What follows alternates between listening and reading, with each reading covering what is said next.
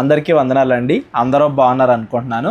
యేసుక్రీస్తు వారు శిలువలో మాట్లాడిన ఆఖరి 7 మాటల గురించి మనందరం కూడా చదువుకుంటూ వాటిని ధ్యానించుకుంటూ వస్తున్నాం.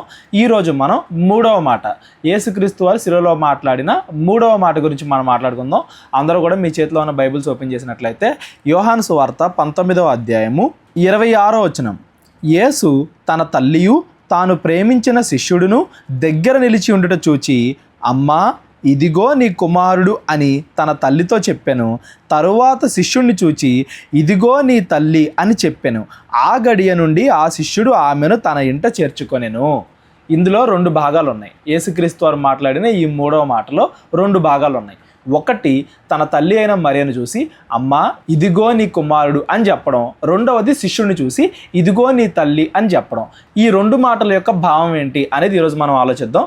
ముఖ్యంగా యేసుక్రీస్తు వారు సిలువలో ఎటువంటి పరిస్థితుల్లో ఉండి ఈ మాట మాట్లాడుతున్నారు అనేది మనకు అర్థమైతే ఈ మాటల యొక్క భావం అనేది మనకు అంత బాగా అర్థమవుతుంది. ఉదాహరణకి యేసుక్రీస్తు వారు అప్పటికే కొరడా దెబ్బలు తిని సిలువని మోసుకుంటూ కలవరి వరకు వచ్చి ఆ కొండపైన సిలువలో వేలాడుతున్నాడు. ఒళ్ళంతా మేకులు, దెబ్బలు, ఇంకా ఎప్పుడు చచ్చిపోతాడో తెలీదు. వేరే వాళ్ళు అయితే ఆ పాటికే చచ్చిపోయేవాళ్ళు. రోమీల యొక్క శిక్షలు అంత దారుణంగా ఉంటాయి. అవన్నీ కూడా భరిస్తూ ఇంకా యేసుక్రీస్తు వారు అక్కడ ఓపిక తెచ్చుకొని అందరినీ క్షమించమని దేవుడికి ప్రార్థన చేస్తున్నాడు. పక్కనున్న సహోదరుడికి సువార్త చెబుతూ ఈరోజు నువ్వు నాతో కూడా పరదేశంలో ఉంటావు అని చెప్తున్నాడు.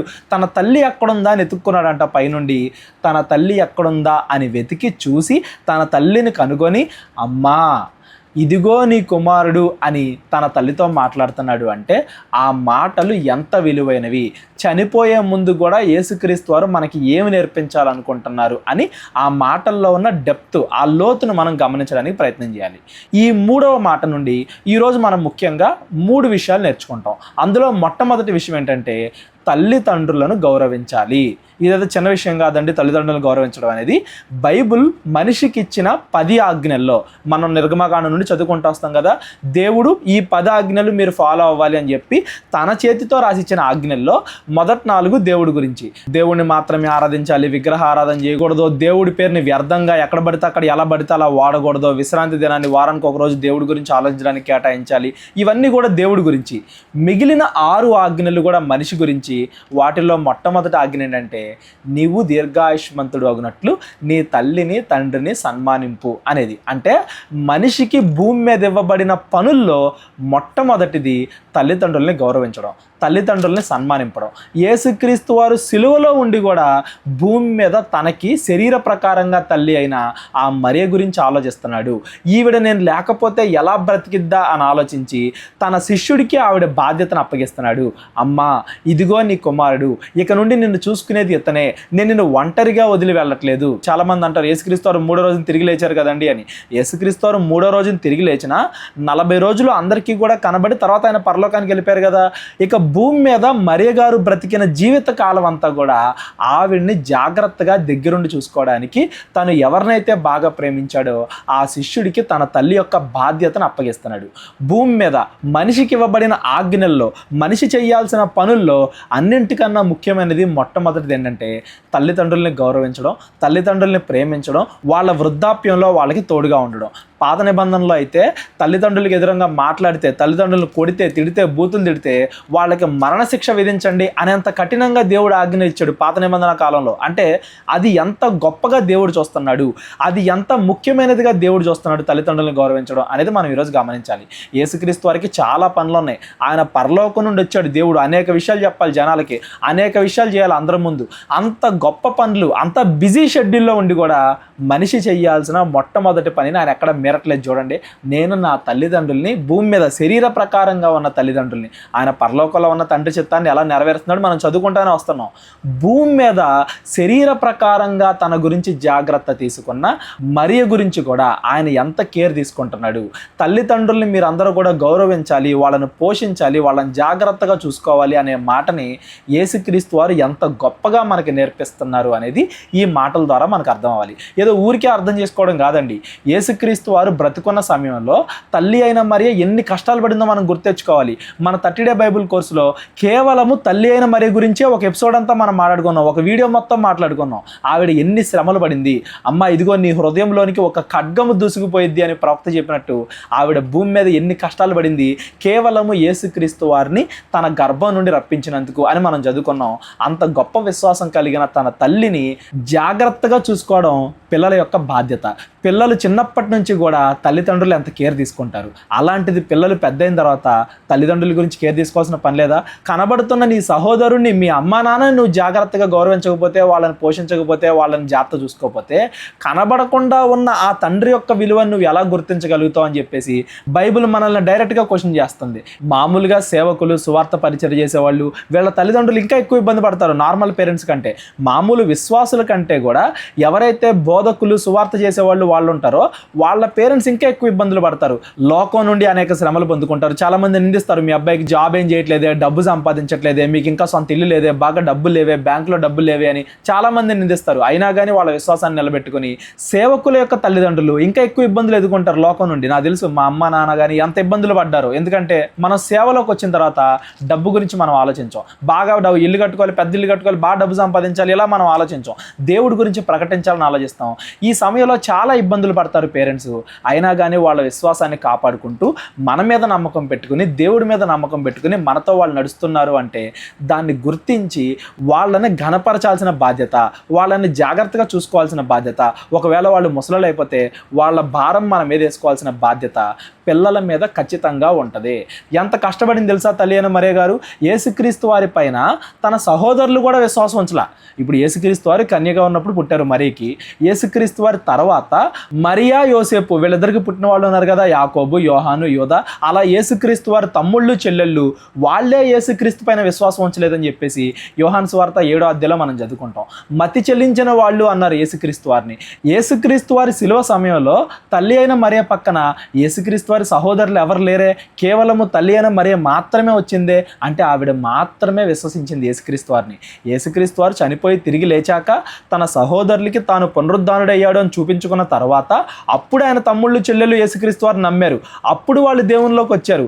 యేసుక్రీస్తు వారు తిరిగి లెగక ముందు వరకు యేసుక్రీస్తు వారిని మెస్సయ్యగా, దేవుడిగా గుర్తించిన ఒకే ఒక్కళ్ళు ఎవరంటే తల్లి అయిన మరియ. ఆవిడ విశ్వాసాన్ని ఎంతో గొప్పగా కాపాడుకుంది. యేసుక్రీస్తు వారిని ఎక్కడ కూడా వదిలిపెట్టలా. భూమి మీద ఒక తల్లి తన కుమారుడిని ఎంత జాగ్రత్తగా చూసుకుంటుందో పరలోకం నుండి దేవుడే వచ్చినా కానీ తన కుమారుడిగా తల్లి అయిన మరియ అంత జాగ్రత్త తీసుకుంది యేసుక్రీస్తు వారి గురించి. చిన్నప్పటి నుండి యేసుక్రీస్తు వారిని చాలా జాగ్రత్తగా చూసుకుంది. అందుకే యేసుక్రీస్తు వారు నేను దేవుడి పనే చేస్తున్నాను కదా, ఏం కాదులే అని చెప్పి వదిలేకుండా ఆయన చనిపోయే సమయంలో కూడా నా తల్లి నేను లేకుండా బ్రతకడానికి ఒక మంచి మార్గం సిద్ధం చేయాలి, ఆవిడికి తోడునడానికి ఒక వ్యక్తి కావాలి అని ఆవిడ యొక్క భద్రత గురించి, ఆవిడ యొక్క మేలు గురించి ఆలోచిస్తున్నాడు. అంటే అన్నీ మంచిగా ఉన్న మనం ఇంకెంత ఆలోచించాలి మన తల్లిదండ్రుల గురించి అనేది మనం ఇక్కడ గమనించాలి. యోసేపు గారు చనిపోయిన దగ్గర నుండి తల్లి అయిన మరియ ఒంటరి పోరాటమే కదా చేసింది. ఒంటరిగానే కదా యేసుక్రీస్తు వారిని వెంబడించింది. తన కళ్ళ ముందు తన సొంత కుమారుని సిలువేస్తున్నారు అంటే ఆవిడ హృదయంలోకి ఖడ్గం ఎంత బలంగా దూసుకుని పోయింది, ఆమెకి ఎంత పెయిన్ కలిగి ఉంటుంది, ఆవిడ ఎంతగా బాధపడి ఉంటుంది. అయినప్పటికీ ఆవిడ విశ్వాసాన్ని ఆవిడ ఎలా కాపాడుకుంది అనేది మనం బైబిల్లో గమనించాలి. తల్లి అయిన మరియ గురించి ఇంకో రోజు మనం ఆలోచిద్దాం. మరలా ఒకసారి ఆవిడ జీవితం మొత్తాన్ని కూడా మనం జ్ఞాపకం చేసుకుందాం. ఇక్కడ మనకు అర్థం అవ్వాల్సిన విషయం ఏంటంటే యేసుక్రీస్తు వారు చనిపోయే సమయంలో కూడా తల్లిదండ్రులను గౌరవించడం, వాళ్ళని పోషించడం, వాళ్ళని జాగ్రత్త చూసుకోవడం, వాళ్ళ బాధ్యత తీసుకోవడం అనేది ఎంత ముఖ్యమైన ఆజ్ఞ. మనిషి చేయాల్సిన పనుల్లో అది ఎంత ముఖ్యమైనది అనేది సిలువలో ఉండి యేసుక్రీస్తు వారు మనకు నేర్పిస్తున్నారు. ఆయనే శ్రమల మధ్య ఉన్నా కానీ ఆయన తల్లిదండ్రుల గురించి పట్టించుకున్నాడు. అంటే మనకు అన్నీ బాగున్నప్పుడు మనం మన తల్లిదండ్రుల్ని ఇంకెంత జాగ్రత్తగా చూసుకోవాలి అనేది ఇక్కడ అర్థం అవ్వాలి. దేవుడి మీదే, యేసుక్రీస్తు వారి మీదే అంత ఉందంటే సేవకుల మీద ఇంకెంత ఉంటుంది. సేవకులు కాదు, నార్మల్గా విశ్వాసుల పైన ఇంకెంత ఉంటుంది. యేసుక్రీస్తు వారు శిలువ మీద అనేక శ్రమలు పడుతున్నారు. ఆ టైంలోనే ఆయన తన తల్లి గురించి ఆలోచించాడు అంటే సేవకులు ఇంకెంత ఆలోచించాలి. సేవకులు అనేక పనులు, లోకము నుండి అనేక రకాల వ్యతిరేకతలు అలాంటివి ఎదుర్కొంటున్న సేవకులే తల్లిదండ్రులు చూసుకోవాలి అంటే విశ్వాసులు ఇంకెంత బాగా చూసుకోవాలి. ఎవ్వరు కూడా భూమి మీద ఎవరైనా కానివ్వండి, వాళ్ళ స్టేటస్, స్థాయి, సేవకుడా, విశ్వాస ఎవరని సంబంధం లేదు. పరలోకం నుండి వచ్చిన దేవుడే మనకి మార్గదర్శకంగా ఏం చూపిస్తున్నాడు అంటే మనకి మాదిరిగా ఉండడానికే కదా యేసుక్రీస్తు వారు భూమి మీదకి వచ్చింది. ఆయన వచ్చి మనకి ఏం ఏం చెప్తున్నాడు అంటే, మీరు ఎటువంటి పరిస్థితుల్లో ఉన్నా, మీరు చావు బతుకుల మధ్య ఉన్నా, ఎలా ఉన్నా కానీ మీ తల్లిదండ్రుల్ని మీరు జాగ్రత్తగా చూసుకోండి. భార్య తిడుతుందనో, భార్యకి తల్లికి గొడవలు అవుతున్నాయనో, భర్త తిడుతున్నాడనో, భర్త మా ఇంటి వాళ్ళని చూసుకొనివ్వట్లేదు అనో, ఏదో ఒక కారణాలు చెప్పి భూమి మీద మనకుండే చిన్న చిన్న సమస్యల వల్ల తల్లిదండ్రులు మనం నెగ్లెక్ట్ చేస్తాం. చాలా మందిని చూశాను, ముసలితనంలో వాళ్ళ గురించి కేర్ తీసుకోకుండా మేము క్రైస్తవులు అని చెప్పుకుంటేనే వాళ్ళు ఎప్పుడు చచ్చిపోతారా అని కోరుకుంటూ ఉండేవాళ్ళు ఉంటారు. గుర్తుపెట్టుకోండి, మీరు మీ పేరెంట్స్ని గనపరచకపోతే, మీరు మీ తల్లిదండ్రులని సరిగ్గా చూసుకోకపోతే, తల్లిదండ్రుల యోగక్షేమాలు ఆలోచించకపోతే, వాళ్ళు ఏం కోరుకుంటున్నారు అనేది మీరు ఆలోచించకపోతే, పరలోకంలో ఉన్న తండ్రి చిత్తం మీరు ఏం ఆలోచిస్తారు? పరలోకంలో ఉన్న తండ్రి ఏం కోరుకుంటున్నాడో వాటిని ఎలా నెరవేరుస్తారు? పరలోకంలో తండ్రి గురించి ఏం ఆలోచించకుండా నాకు కావాల్సినవి ఇవ్వాలి అని మనం ఆయన ఒక తండ్రిలా చూడకుండా, ఆయనకు కావాల్సినవి మనం ఇవ్వాలి అన్నట్టుగా చూడకుండా, మనకు కావాల్సిన ఆయన అడుగుతా చూడాలి అన్నట్టుగా చూసాం అనుకోండి, దేవుడి మనసు మనకు అర్థం కాదు. భూమి మీద ఉండే తల్లిదండ్రులను కూడా ఎప్పుడు వాళ్ళే ఇవ్వాలి అన్నట్టుగా కాదు, ఒకనొక సమయం దాటిన తర్వాత మనం వాళ్ళని చూసుకోవాలి. అలా చూసుకోకుండా వాళ్ళు నాకు ఇప్పుడు ఉపయోగపడట్లేదు కాబట్టి నేను వాళ్ళని చూసుకోవట్లేదు అన్నావంటే నువ్వు దేవుడి గురించి అర్థం చేసుకోలేదు, భూమి మీద తల్లిదండ్రుల గురించి అర్థం చేసుకోలేదు. అలాంటప్పుడు దేవుడు నీకు నరకం ఇవ్వక ఇంకేం చేస్తాడు? యేసుక్రీస్తు వారు శిలువలో మాట్లాడిన ఈ 3వ మాటలో మనం అర్థం చేసుకోవాల్సిన మొట్టమొదటి విషయం ఏంటంటే, నీకు ఎన్ని కష్టాలున్నా, ఎన్ని ఇబ్బందులున్నా, ఎటువంటి పరిస్థితుల్లో నువ్వు ఉన్నా కానీ నీ తల్లిదండ్రుల్ని గనపరచాలి. నీ తల్లిదండ్రుల్ని జాగ్రత్తగా చూసుకోవాలి, వాళ్ళని పోషించాలి. వాళ్ళకి బాగా డబ్బులు ఇవ్వాల్సిన అవసరం లేదు, బాగా మేడలు మిద్దెలు ఎన్ని కట్టించాల్సిన అవసరం లేదు. వాళ్ళ కష్టాల్లో తోడుండి వాళ్ళని జాగ్రత్తగా చూసుకుంటూ వాళ్ళకి ఆసరాగా నిలిచి వాళ్ళతో 2-3 మంచి మాటలు రోజు మాట్లాడుతూ ఉంటే చాలు, అదే తల్లిదండ్రులు కోరుకుంటారు. వాళ్ళ బాధ్యత మనం తీసుకోవడము అంటే వాళ్ళని నెగ్లెక్ట్ చేయకుండా వాళ్ళని ప్రేమించడం, అంతేగాని వాళ్ళని బాగా ధనవంతులు చేసేయాలి, డబ్బులు ఇచ్చేయాలి అలా కాదు. కొంతమంది ఉంటారు, వాళ్ళు ఎక్కడెక్కడో ఉంటారు, వేరే ఫారెన్లోనో ఇంకెక్కడో ఉంటారు, తల్లిదండ్రులకు డబ్బులు ఇస్తారు, వీళ్ళు ఎలా ఉంటున్నారు, ఆరోగ్యం ఏంటి, క్షేమం ఏంటి, బాగున్నారా లేదా అని ఒక మాట కూడా అడగరు. అట్లా కాదు, ఏదో మాట వరుసగా చేయాలి కాబట్టి అన్నట్టుగా కాకుండా హృదయపూర్వకంగా తల్లిదండ్రుల్ని గౌరవించడం, వాళ్ళని చూసుకోవడం, వాళ్ళ యోగక్షేమాలు, బాధ్యత ఇవన్నీ కూడా చూసుకోవడం. మనం డైరెక్ట్గా చూసుకోలేనప్పుడు హృదయపూర్వకంగా, అక్కడ యేసుక్రీస్తు వారు మాట్లాడుతున్నారు చూడండి, తాను ప్రేమించిన శిష్యుడిని చూసి ఎవరి మీదైతే ఎక్కువ నమ్మకం ఉంటుందో వాళ్ళకి తన తల్లిని అప్పగిస్తున్నాడు. అంటే వాళ్ళ బాధ్యత గురించి అంతగా ఆలోచించాలి, వాళ్ళ గురించి తల్లిదండ్రుల్ని పోషించడం గురించి, గౌరవించడం గురించి అంతగా బాధ్యత తీసుకోవాలి అనేది యేసుక్రీస్తు వారు సిలువలో ఈ మాట ద్వారా నేర్పిస్తున్న మొట్టమొదటి విషయం. ఇకపోతే యేసుక్రీస్తు వారు సిలువలో మాట్లాడిన ఈ 3వ మాట ద్వారా మనం నేర్చుకోవాల్సిన 2వ విషయం ఏంటంటే, తన శిష్యుడిని చూసి ఇదిగో నీ తల్లి అని చెప్పాడు యేసుక్రీస్తు వారు. అంటే కేవలము మన శరీర సంబంధులు మాత్రమే, రక్తం పంచుకుని పుట్టిన వాళ్ళు మాత్రమే మన రక్త సంబంధులు కాదు, మన కుటుంబం కాదు. ఎవరైతే దేవుడిని నమ్ముకుంటారో ఈ విశ్వాసులందరూ కూడా, సంఘము కూడా మన కుటుంబంతో సమానం అనేది మనం గమనించాలి. కేవలం నా కుటుంబం నేను బతికితే చాలు, నా కుటుంబం బతికితే చాలు, నా పిల్లలు బతికితే చాలు అన్నట్టుగా స్వార్థంతో మనం ఉండకూడదు.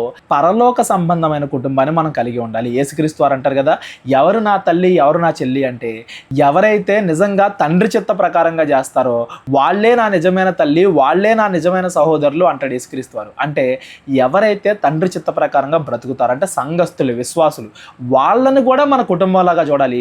కేవలం మన కుటుంబం మాత్రమే, మన రక్త సంబంధం ఏదైతే 4-5 అమ్మ నాన్న తమ్ముడు చెల్లి పెళ్ళి వీళ్ళు మాత్రమే మన కుటుంబస్తులు అని మనం అనుకోకూడదు అనేది యేసుక్రీస్తు వారు సిలువలో ఈ 3వ మాట ద్వారా నేర్పిస్తున్న 2వ విషయం. మొదటి విషయం, తల్లిదండ్రులను గనపరచాలి, వాళ్ళని ఎక్కడ కూడా అవమానపరచకూడదు, వాళ్ళ బాధ్యత తీసుకోవాలి. 2వ విషయం, తల్లిదండ్రులు అనగానే కేవలము రక్త సంబంధాలు అనగా కాకుండా ఎవరైతే దేవుడి చిత్తానుసారంగా బ్రతుకుతారో, సంఘములో ఒక చర్చికి వెళ్తున్నారు, ఒక దగ్గర ఉంటున్నారు, ఒకళ్ళ గురించి ఇంకోళ్ళు కేర్ తీసుకోవాలి. సంఘములో ఉంటూ కూడా నా కుటుంబం అన్నట్టుగా స్వార్థం చూపించకూడదు. నీ పక్కన ఉండే వాళ్ళని ఆదుకోవడం, వాళ్ళని కూడా జాగ్రత్త. సంఘంలో చాలామంది తల్లిదండ్రులు ఉంటారు, సంఘంలో చాలామంది చెల్లెళ్ళు ఉంటారు, చాలామంది తమ్ముళ్ళు ఉంటారు, చాలామంది పిల్లలు ఉంటారు. సంఘము అంటే అది ఒక పెద్ద కుటుంబం. ఆ సంఘం మొత్తాన్ని కూడా నీ రక్త సంబంధులుగానే చూడాలి, వాళ్ళను కూడా నువ్వు పట్టించుకోవాలి. సంఘం గురించి కూడా నువ్వు జాగ్రత్త తీసుకోవాలి. సంఘం గురించి కేవలం పాస్టర్ గారు ఒకళ్ళే పట్టించుకుంటారండి అన్నట్టుగా ఉండకూడదు. ప్రతి విశ్వాసి యొక్క బాధ్యత. ఒక కుటుంబంలో తండ్రి మాత్రమే కాదు, అందరూ కూడా ఒకరినొకరు ప్రేమిస్తేనే ఆ కుటుంబం చాలా బాగుంటుంది. అలాగే ఒక సంఘంలో కేవలం పాస్టర్ గారు మాత్రమే కాదు, ఆ సంఘములో ఉన్న ప్రతి ఒక్కరు కూడా బాధ్యత తీసుకోవాలి. ఒకళ్ళని ఇంకొకళ్ళ కుటుంబంలాగా అనుకోవాలి. ఆ సంఘస్థులందరూ కూడా ఎప్పుడైతే కుటుంబంగా కలిసి ఒకళ్ళ బాధ్యత ఇంకోళ్ళు తీసుకుంటారో, ఒకళ్ళనొకళ్ళు గౌరవిస్తారో, ఒకళ్ళనొకళ్ళ ఫ్యామిలీ లాగా, కుటుంబం లాగా భావిస్తారో, అప్పుడు మాత్రమే ఆ సంఘం వర్ధిల్లిద్ది అనేది ఇక్కడ యేసుక్రీస్తు వారు చెప్తున్నారు. తన శిష్యుని చూసి, తను ప్రేమించిన శిష్యుని చూసి ఇదిగో నీ తల్లి అని చెప్పి బాధ్యతను అప్పగిస్తున్నాడు. అంటే ఇంకా యోహాను గారు తను ప్రేమించిన శిష్యుడు అంటే యోహాను గారు అనేది యోహాను సువార్త ద్వారా మనం అర్థం చేసుకోవచ్చు. ఆ యోహాను గారు తన శరీర సంబంధమైన తల్లిని, యేసుక్రీస్తు వారు ఇప్పుడు అప్పగించిన తల్లి అయిన మరియని, వీళ్ళిద్దరిని వేరువేరుగా చూడకూడదు. ఆవిని ఎంత ప్రేమగా చూసుకుంటాడో ఈవెన్ని కూడా అంత ప్రేమగా చూసుకోవాలి. అంటే సంఘంలో ఉన్న వేరే వాళ్ళ బాధ్యత సంఘస్థులందరూ కూడా తీసుకోవాలి. ఆ సంఘం అంతా కుటుంబంగా కలిసి ఉండాలి. కుటుంబము అంటే కేవలం రక్త సంబంధులు మాత్రమే కాదు, దేవుడి చిత్త ప్రకారంగా నడిచే మన సంఘస్థులందరూ విశ్వాసులందరూ కూడా మన కుటుంబమే అనేలాగా మనం చూడాలి. ఈ రెండు విషయాలు యేసుక్రీస్తు వారు తన తల్లితో చూసి ఇదిగో అమ్మ ఇదిగో నీ కుమారుడు అని చెప్తున్నాడు అంటే తల్లిదండ్రులను గౌరవించాలి అనేది ఈ మాట ద్వారా మనం గమనించాల్సిన మొదటి విషయం. ఇకపోతే తన శిష్యుని చూసి ఇదిగో నీ తల్లి అని అప్పగిస్తున్నాడు అంటే విశ్వాసులు ఇంకొక విశ్వాసుల్ని తమ కుటుంబంగా భావించాలి, పరలోక సంబంధమైన కుటుంబంగా భావించాలి అనేది ఈ మాటలో మనం నేర్చుకోవాల్సిన రెండో విషయం. భూమి మీద కుటుంబం, భూమి మీద బంధాలు ఈ భూమి మీద ఉన్నంత వరకే ఉంటాయి. కానీ అందరినీ, మన విశ్వాసులందరినీ కూడా, సంఘస్థులందరినీ కూడా మన కుటుంబంగా అనుకున్నాం అనుకోండి, అందులో పరలోకి వచ్చిన వాళ్ళందరూ శాశ్వతంగా మనతో రిలేషన్లో ఉంటారు. మన నిజమైన కుటుంబ సభ్యుల్లాగా ఉంటాం. అవునా కదా? ఎవరెవరైతే దేవుని నమ్ముకుని పరలోకం వస్తారో వాళ్ళందరూ శాశ్వతంగా నివసిస్తారు. భూమి మీద ఒకటే కుటుంబంలో ఉన్న ఒకళ్ళు దేవుడిని నమ్ముకుని ఇంకోళ్ళు నమ్ముకోలేదంటే ఒకళ్ళు నరకానికి వెళ్ళిపోతారు, ఒకరు పరలోకానికి వెళ్తారు. అవునా కదా? అంటే శాశ్వతమైన కుటుంబం పరలోక సంబంధమైన కుటుంబంగా కాబట్టి ఎవరెవరైతే విశ్వాసులు ఉంటారో వాళ్ళందరినీ కూడా నీ కుటుంబంగా నువ్వు భావించాలి. తల్లిదండ్రుల్ని వదిలిపెట్టకూడదు. సంఘములో ఉన్న మిగతా వాళ్ళని కూడా తల్లిదండ్రులుగా చూడాలి. ఎవరు నా తల్లి, ఎవరు నా చెల్లి అంటే కేవలం నా శరీరాన్ని భూమి మీద మోసిన తల్లి అయిన మరే మాత్రమే నా తల్లి కాదు. ఎవరైతే దేవుడి చిత్త ప్రకారంగా బ్రతుకుతారో వాళ్ళందరూ నా తల్లులే అని యేసుక్రీస్తు వారు మాట్లాడుతున్నారు. తల్లిదండ్రులను గౌరవించాలి అనే మొదటి మాట, దేవుడి చిత్త ప్రకారంగా బ్రతికే వాళ్ళందరినీ కూడా మనం నిజమైన కుటుంబంగా భావించాలి. కేవలం మన కుటుంబం అనుకుంటూ స్వార్థంగా మనం ఉండకూడదని ఈ రెండో మాట. ఈ రెండు భావాలు కూడా యేసుక్రీస్తు వారు శిలువలో మాట్లాడిన ఈ మూడవ మాట నుండి మనం అర్థం చేసుకోవాలి. అయితే ఈ మాటలో ఉన్న ఇంకొక భావం, ఇంకొక విషయం ఏంటంటే, నేను చెప్పాను కదా 3 విషయాలు నేర్చుకుంటాం ఈరోజు మనం అని. యేసుక్రీస్తు వారు మాట్లాడిన ఈ మూడవ మాట ద్వారా మొదటి విషయం తల్లిదండ్రులను గౌరవించాలి, తల్లిదండ్రులు బాధ్యత తీసుకోవాలి. రెండో విషయం కేవలం మన శరీర సంబంధంలే కాకుండా దేవుడి చిత్తానుసారంగా ఉండేవాళ్ళనే, మన సంఘస్థులందరినీ కూడా మన కుటుంబంగా మనం భావించాలి. మూడో విషయం ఏంటంటే ప్రేమ అనేది కేవలము మాటల్లో కాదు, మన యొక్క క్రియల్లో కనబడాలి అనేది యేసుక్రీస్తు వారు, యేసుక్రీస్తు వారి ప్రియమైన శిష్యుడైన ఆ యోహాను గారు ఈ సందర్భం ద్వారా మనకి చెప్తున్నారు. నేను కూడా ఒకానొక సమయంలో దేవుడి గురించి తెలుసుకునేటప్పుడు భూమి మీద తల్లిదండ్రులు మనం చూసుకోవాల్సిన పని లేదు, మనం దేవుడి పని చేస్తే చాలు, సువార్త పరిచర్య చేస్తే చాలు అనే భ్రమలో ఉండేవాడిని. కానీ వాక్యం అలా చెప్పట్లా. నువ్వు సువార్త ప్రకటిస్తున్నా కానీ నీ తల్లిదండ్రులు నువ్వు పోషించాలి. నువ్వు వేరే వాళ్ళకి మంచిగా ఉండండి, మీ తల్లిదండ్రులను గౌరవించండి, తప్పు చేయకుండా నువ్వు చెప్తున్నావు అంటే అది నువ్వు కూడా పాటించాలి కదా. ముందు మనం పాటిస్తూ వేరే వాళ్ళకి మనం చెప్పాలి కదా. నేను సేవకుండండి, నేను పాటించలేనండి, కేవలం నేను బోధిస్తాను అంటే కుదరదు కదా. వాక్యము, సువార్త అనేది ముందుగా మన క్రియల్లో కనబడాలి, కేవలము మాటల్లో మాత్రమే కాదు. ఈ కాలంలో కూడా కొంతమంది సేవకులు ఉన్నారు, భూమి మీద ఉండే కుటుంబాన్ని సడన్గా పక్కన పెట్టేయమంటారు, ఉద్యోగం చేయాల్సిన అవసరం లేదంటారు, కుటుంబాన్ని పోషించాల్సిన అవసరం లేదంటారు, తల్లిదండ్రులను చూసుకోవాల్సిన అవసరం లేదంటారు, తల్లిదండ్రుల మాట వినాల్సిన అవసరం లేదంటారు. వాళ్ళు దేవుడికి వ్యతిరేకమైన మాటలు చెబితే అది వేరు, అప్పుడు పెద్దలను కూర్చోబెట్టి మాట్లాడితే వాళ్ళే మార్చుకుంటారు. అలా కాకుండా వాళ్ళు మంచి విషయాలే చెప్పినా కానీ నేను సువార్త చేస్తున్నాను కాబట్టి వాళ్ళు చెప్పిన ఎన్నని చెప్పేసి తల్లిదండ్రులను పక్కన పెట్టేస్తారు. అలా పెట్టకూడదు. సేవకులైనా సువార్థికులైనా ఎవరైనా కానీ వాక్యము కేవలం మాటల్లో కాదు, మన క్రియల్లో కూడా కనబడాలి. ఎదుటి వాళ్ళు విశ్వాసులు ఏం చేయాలి అని మనం కోరుకుంటామో అది మనం కూడా చెయ్యాలి. మనము మన కుటుంబాన్ని చూసుకోవాలి, మనము మన కుటుంబాన్ని పోషించాలి. ఎవరెవరైతే నిజమైన సంఘము, మన విశ్వాసులందరినీ మన కుటుంబంగా భావించాలన్నామో అది చూసుకోవాలి. అలాగే సువార్త అనేది కేవలం నా మాటల్లో మాత్రమే కాదు, నా క్రియల్లో కూడా కనబడాలి. మీ అందరికీ తల్లిదండ్రులను గౌరవించమని చెప్పి నేను నా తల్లిదండ్రులను గౌరవించకపోతే నేను ఎలా మంచివాడిని అవుతాను? మీ అందరికీ అబద్ధాలు ఆడొద్దని చెప్పి నేను మాత్రం అబద్ధాలు ఆడుతూ దేవుడి సేవ కోసమే అబద్ధాలు ఆడుతున్నానండి అని చెప్తే నేను ఎలా మంచివాడిని అవుతాను? మీ అందరికీ దొంగతనం చేయొద్దని చెప్పి నేను దొంగతనం చేశాను అనుకోండి, నేను ఎలా మంచివాడిని అవుతాను? మీ అందరికీ వ్యభిచారం చేయొద్దని చెప్పి నేను వ్యభిచారం చేశాను అనుకోండి, నేను ఎలా మంచివాడిని అవుతాను? దేవుడి పేరు చెప్పుకొని ఇలాంటి క్రియలు చేసినా కానీ అవి తప్పే అని చెప్పి బైబుల్ మనకి ఖచ్చితంగా ఆజ్ఞాపిస్తుంది. దేవుడి పేరు చెప్పుకొని వ్యభిచారం చేసిన వాళ్ళు ఉన్నారు, దేవుడి పేరు చెప్పుకొని అబద్ధ సాక్ష్యం చెప్పిన వాళ్ళు ఉన్నారు, అబద్ధాలు చెప్పిన వాళ్ళు ఉన్నారు. అవన్నీ ఎందుకంటే ఆ దేవుడి చిత్తం కోసమేనండి, దేవుడి కోసమేనండి అంటారు. ఆ దేవుడి చిత్తం కాదు, అది అపవాది చిత్తం. సువార్త అనేది కేవలం మన మాటల్లోనే కాదు, మన క్రియల్లో కూడా కనబడాలి. నేను వేరే వాళ్ళకి సహాయం చేస్తూ మిమ్మల్ని కూడా వేరే వాళ్ళకి సహాయం చేయండి అంటే అప్పుడు నేను మంచి సేవకుడిని అవుతాను, మంచి విశ్వాసం అవుతాను. యేసుక్రీస్తు వారు మీ తల్లిదండ్రులందరినీ మీరు గౌరవించాలి గౌరవించండి అని చెప్పి తన సొంత తల్లిదండ్రులు ఆయన చూసుకోకపోతే ఆయన ఎలా మనకి మాదిరి అవుతాడు? ఆయన సిలువలో ఆయన కష్టాల్లో ఉండి కూడా, బాగా ఇబ్బందుల్లో రేపు మాప చచ్చిపోయే పరిస్థితుల్లో ఉండి కూడా విశ్వాసుల గురించి ఆలోచిస్తున్నాడు, తన పక్కన ఉన్న సహోదరుడి గురించి ఆలోచిస్తున్నాడు, తన సిలువేసే వాళ్ళని క్షమిస్తున్నాడు. తన తల్లి అయిన మరియ, భూమి మీద శరీర రూపంగా తన చిన్నప్పటి నుండి చూసుకున్న తన తల్లి అయిన మరియ యొక్క బాధ్యత గురించి కూడా తను ఆలోచిస్తున్నాడు. తాను తన తల్లి గురించి ఆలోచిస్తున్నాడు, విశ్వాసుల గురించి ఆలోచిస్తున్నాడు. అందుకే యేసుక్రీస్తు వారు మనందరికీ కూడా మాదిరి అయ్యాడు. మనం కూడా అలాగే కేవలం మన మాటల్లో మాత్రమే విశ్వాసం కనబడకూడదు, మన క్రియల్లో కూడా విశ్వాసం కనబడాలి. అప్పుడు మాత్రమే మనం పరలోకానికి వెళ్తాం. ఏవైతే పదాజ్ఞలు ఉన్నాయో అవన్నీ మనం వేరే వాళ్ళకి బోధించడం మాత్రమే కాదు, అవి మన జీవితంలో కూడా కనబడాలి. వాటి ప్రకారంగా మనం బ్రతకాలి. అప్పుడు మాత్రమే మనం పరలోకానికి వెళ్తాం. ఈ 3 విషయాలు: తల్లిదండ్రులను గౌరవించాలి, వాళ్ళ బాధ్యత తీసుకోవాలి, కేవలము మన శరీర సంబంధమైన తల్లిదండ్రులు మాత్రమే కాదు, విశ్వాసుల్ని, మన సహోదరుల్ని, సాటి సంఘస్థులని, ఎవరెవరైతే తండ్రి చిత్తానుసారంగా బ్రతుకుతారో వాళ్ళందరినీ కూడా మన కుటుంబంగా భావించాలి.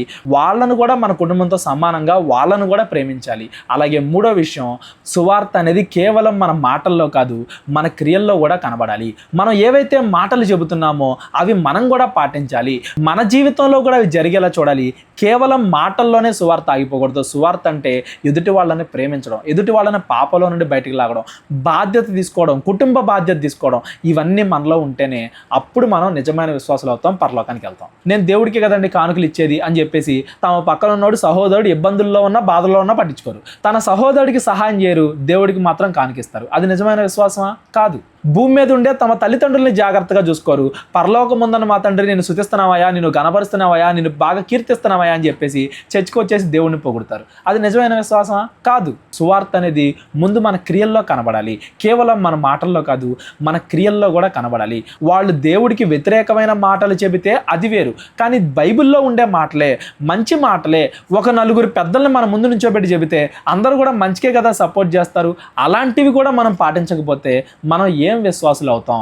యేసుక్రీస్తు వారు శిలువలో మాట్లాడుతున్న ఈ 3వ మాట ద్వారా తల్లి అయిన మరియ వైపు చూసి, అమ్మా ఇదిగో నీ కుమారుడు, తన శిష్యుని చూసి ఇదిగో నీ తల్లి అని మాట్లాడుతున్న ఈ మాటలో మనం నేర్చుకోవాల్సిన విషయాలు ఏంటంటే, తల్లిదండ్రులను గౌరవించాలి, గణపరచాలి, వాళ్ళ బాధ్యత తీసుకోవాలి. కేవలం మన రక్త సంబంధులు మాత్రమే కాదు, విశ్వాసుల్ని, మన సంఘస్థుల్ని, తండ్రి చిత్త ప్రకారంగా బ్రతికే వాళ్ళను కూడా మన కుటుంబంగా భావించాలి. సువార్త అనేది కేవలం మన మాటల్లో కాదు, మన చేతల్లో కూడా కనబడాలి. ఈ 3 విషయాలు యేసుక్రీస్తు వారు శిలువలో మాట్లాడిన ఈ 3వ మాట నుండి మనం గమనించాలి. ఇకపోతే ఈ 3 విషయాలు కాకుండా ఇంకొక విచిత్రమైన విషయం కూడా ఈ మాటలో దాగుంది. అదేంటంటే, యేసుక్రీస్తు వారు ఇక్కడ అమ్మ అని పలికారు కదా తల్లి అయిన మరియ గురించి.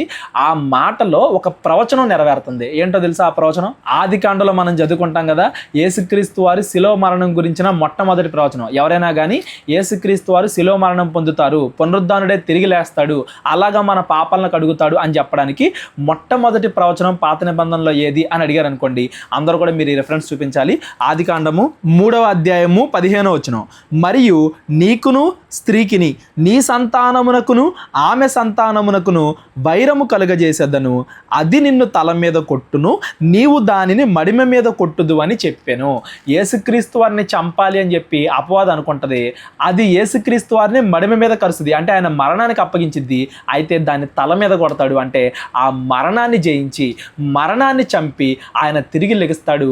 మనందరినీ కూడా ఆయనతో పాటు తిరిగి లేపుతాడు. యేసుక్రీస్తు వారి శిలువ మరణ పునరుద్ధానాల గురించి చెప్పబడిన మొట్టమొదటి ప్రవచనం పాత నిబంధనలో ఇది. ఇక్కడ మాట్లాడిన ఆమె, స్త్రీ సంతానము అనే మాటలు యేసుక్రీస్తు వారు మాట్లాడుతున్న అమ్మ, నేను నీ కుమారుణ్ణి, నువ్వు నా తల్లివి అని మాట్లాడుతున్న ఆ సందర్భంలో నెరవేరుతున్నాయి.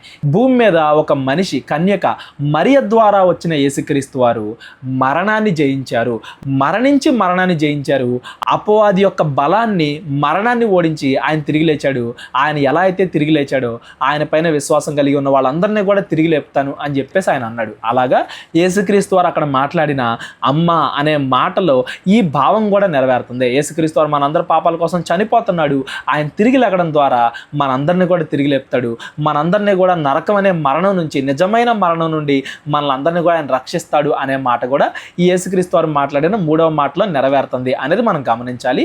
ఈ ఈ రోజు మన జీవితంలో మనం పాటించాల్సిన ఈ 3 విషయాలు: తల్లిదండ్రులు గౌరవించడం, వాళ్ళ బాధ్యత తీసుకోవడం, విశ్వాసులను కూడా కుటుంబంలాగా చూడడం. ఎవరైతే తండ్రి చిత్త ప్రకారంగా బ్రతుకుతారో వాళ్ళే నిజమైన సహోదరులు, వాళ్ళే నిజమైన తల్లి, వాళ్ళే నిజమైన తండ్రి అన్నట్టుగా వాళ్ళను కూడా కుటుంబంగా చూసుకోవడం, వాళ్ళ బాధ్యత కూడా తీసుకోవడం, వాళ్ళను కూడా ప్రేమించడం. అలాగే సువార్త కేవలం మన మాటల్లోనే కాదు, బైబిల్ మన విశ్వాసం కేవలం మన మాటల్లోనే కాదు, మన క్రియల్లో కనబడాలి, మన జీవితంలో కనబడాలి అనే ఈ 3 విషయాలు మనం గుర్తుపెట్టుకోవాలి. అలాగే యేసుక్రీస్తు వారు మన పాపాల కోసం చనిపోయి తిరిగి లేచి మనల్ని కూడా బ్రతికిస్తున్నారు, నరకం నుండి తప్పిస్తున్నారు అనే విషయాన్ని కూడా మనం గుర్తుపెట్టుకోవాలి. యేసుక్రీస్తు వారు మాట్లాడిన ఈ 3వ మాట యొక్క భావం ఇది. ఇప్పుడు దాకా మనం మాట్లాడుకున్న దాంట్లో ఎవరికైనా కానీ ఏమైనా డౌట్స్ ఉన్నట్లయితే డిస్క్రిప్షన్లో నా నెంబర్ ఉంటుంది, కాల్ కానీ వాట్సాప్ కానీ చేయండి. యేసుక్రీస్తు వారు మాట్లాడిన 4వ మాట గురించి ఇంకో రోజు మనం మాట్లాడుకుందాం. ప్రార్థన చేసుకుందాం. కళ్ళు మూసుకున్నట్లయితే ప్రార్థన. మహోన్నతుడు, మహిమకు పాత్రుడైన మా ప్రియ పరలోకపు తండ్రి, ఇప్పటివరకు మేము మాట్లాడుకున్న మాటల్లో మాకు తోడున్నారు, కృతజ్ఞతలు. ఇవి కేవలం మా చెవుల వరకే కాకుండా మా హృదయాల వరకు చేర్చుకొని వాటి ప్రకారంగా మేము బ్రతకడానికి మాకు సహాయం దయచేయండి. అపవాది ఆటంకాలు మాకు దూరంగా ఉంచండి. ఆర్థిక, ఆరోగ్య, మానసిక అన్ని సమస్యలని మీ చిత్తానుసారంగా తొలగించి మాకు మంచి ప్రశాంతతను కలగజేయమని, విశ్వాసంలో మమ్మల్ని బలపరచమని, పరలోక సంబంధంగా మమ్మల్ని ఆశీర్వదించమని వేడుకుంటూ, మీ చిత్తమైతే మేము మరలా కలుసుకుని మరిన్ని విషయాలు మాట్లాడుకోవడానికి కృప దయచేయమని కోరుకుంటూ, మా ప్రభువు, మీ ప్రియకుమారుడు, మా కొరకే శిలువలో రక్తం కార్చిన యేసుక్రీస్తు వారు, త్వరలో రానయ్యున్న యేసుక్రీస్తు వారి పేరిట ఈ ప్రార్థన అడిగి వేడుకుంటున్నాం తండ్రి. ఆమెన్. అందరికీ వందనాలు. మా పరిచర్య కోసం ప్రార్థించండి. ప్రేరేపణ కలిగిన వాళ్ళు మా పరిచర్యకి సహకరించండి. అందరికీ వందనాలు. అందరికీ వందనాలండి. కేవలం 30 వీడియోస్లో బైబిల్ నేర్చుకోండి అనే ఎంతో విలువైన ఈ కోర్స్ జస్ట్ ₹1 మీకు కావాలి అంటే మీ పేరు, మీ ఊరు ఈ నెంబర్కి వాట్సాప్ చేయండి. ఈ కోర్సులో ఏ విషయాలు ఉంటాయో ముందుగానే తెలుసుకోవడానికి ఈ వీడియో పాస్ చేసి టాపిక్స్ అన్నీ చదువుకోండి. క్రైస్తవులందరూ ఈ బైబిల్ కోర్స్ వినాలి అని మేము కోరుకుంటున్నాం. అందరినీ దేవుడు దీవించునుగాక. ఆమెన్.